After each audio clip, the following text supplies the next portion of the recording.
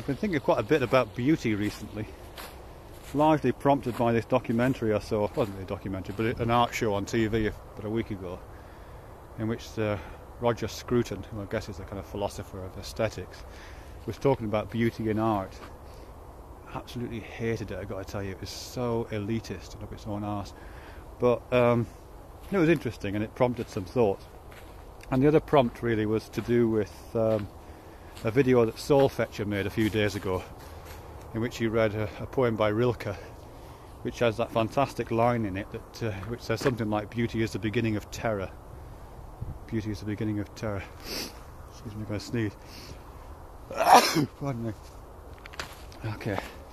And the third, I guess, or the second thing that I'm reminded of because of this Roger Scruton programme, was something I talked about in a video a while back, which was this idea that I think it comes from evolutionary psychology, kind of, which is that, let's see if I get the quotation right this time, because I got it wrong last time. I think it says that beauty is the anticipation of function. So what I'm quite interested in is these last two. This one from Rilke, beauty is the beginning of terror, and this other one, beauty is the anticipation of function. I'm just seeing what happens when you put those things together, really. I mean, taking the second one first, beauty is the anticipation of function.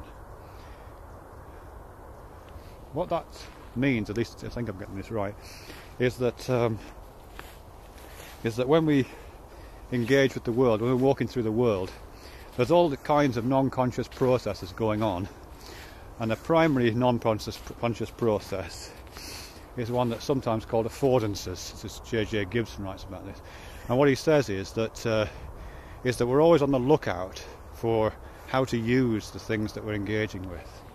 So we're always kind of looking, even before you recognise something and give name to something, we appreciate its usability. That's what this idea of affordance is. So whilst I'm looking across this field that I'm on now, there's a path, and obviously it's relatively flat. And one of the first things that I'm recognising in that, even before I recognise it as a path or give a name to it, is that it's a horizontal surface that I can put my feet on.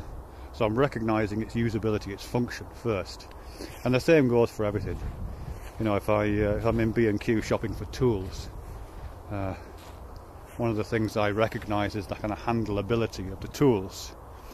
Or if I'm in a gun shop, I mean, there's a gun shop in Sandbach where I live, and I look in the window there sometimes, and there's something about the way that a stock and the handle of a gun is built, which just kind of almost like crafts your approach to it and shapes your moves around it, and that's to do with the affordance of this object. You're anticipating the function that you will put this thing to, and that's been used quite a bit. You are in that kind of understanding. We're constantly anticipating the potential functionality of everything we do, but it's all non-conscious. We don't recognise that.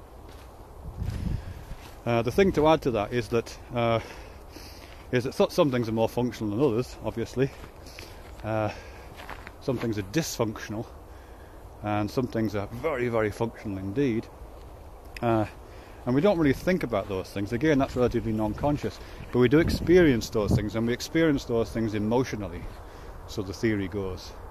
So when you anticipate something that is the possibility of functioning particularly well, you experience it you get an emotional response to that thing, and that emotional response might be something like beauty. So if I look out in a landscape, I think I can use it for landscape. So if I look out in a landscape, the first thing I'm doing is I'm recognising its functionality.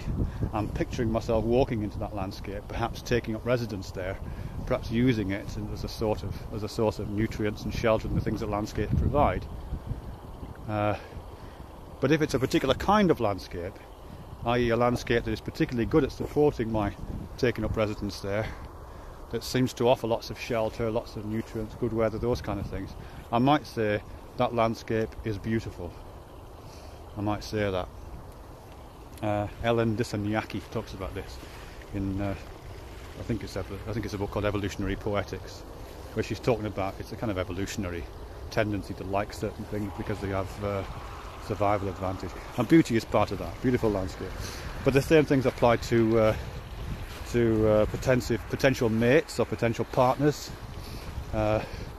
So the theory goes, we may find certain signs of procreation, of fecundity, of being a particularly good sexual partner. We might find those signals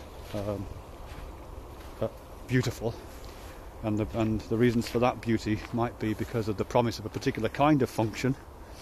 I know it's not very cool to think of potential partners, sexual partners or life partners as functionaries, as something you would just use. But I think as long as that use is respectful and reciprocal and stripped of those kind of consumerist ideas to do with use, I think that's fine, and I think it's what we do. And various other things. So beauty, in that sense, is an anticipation of particularly optimal functioning. That's how that works. One of the things that I've read elsewhere, and this is what I'm going to try and lead this into beauty is the beginning of terror. I'm not sure if I can get there. One of the things about that is that beauty and anticipation of function seems to go into the abstract. I know there's some really interesting experiments being done in evolutionary psychology and the biology that corresponds to that. People like Ramachandran talk about this really well. That for example, the markings on a bird's beak stimulate the chicks of that bird to peck at those markings. If you get a stick and you paint that marking on it, the chick will peck at the stick that's marked in a similar way. If you get a stick and mark it more, so you put 3 marks as opposed to 1 mark, the chick will go mad trying to peck at it. It's like super beautiful, this stick, all of a sudden. It has super functionality, and it just promises that super functionality. So it's beauty abstracted and functionality abstracted beyond its real function, and just kind of triggering this way over the top response.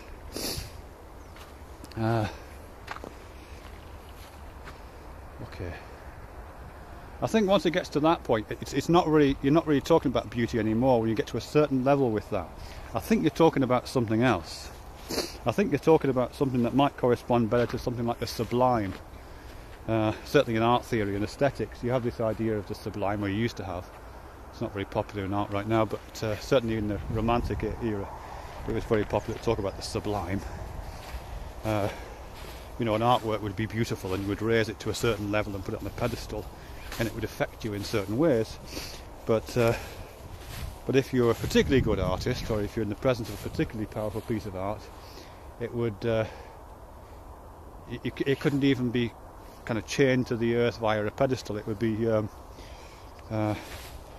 so colossal and so awe-inspiring that you've got this other feeling. These other feelings start to kick in. And typically these would be pictures of huge canvases, paintings of landscapes, blockbuster images, paintings of storms at sea, paintings of thunderstorms, lightning strikes. And you're kind of overwhelmed by these. You stood in front of these massive canvases, I suppose, and were completely overwhelmed by them. They were beautiful, but the beauty was put, so you were seeing the landscape, and you were seeing its actually I'm not sure if you were seeing its functionality, but you were seeing some kind of functionality in this landscape, but it was pushed to the point where you were affected by it in a way which was all-consuming, and it kind of threatened to swallow you up, this kind of sublime sense. And it's something terrifying about being consumed. I mean, they talk about, the people who write about the sublime in the art, people like Burke and people like Kant, talk about this being driven by fear. There's a lot of fear in the sublime.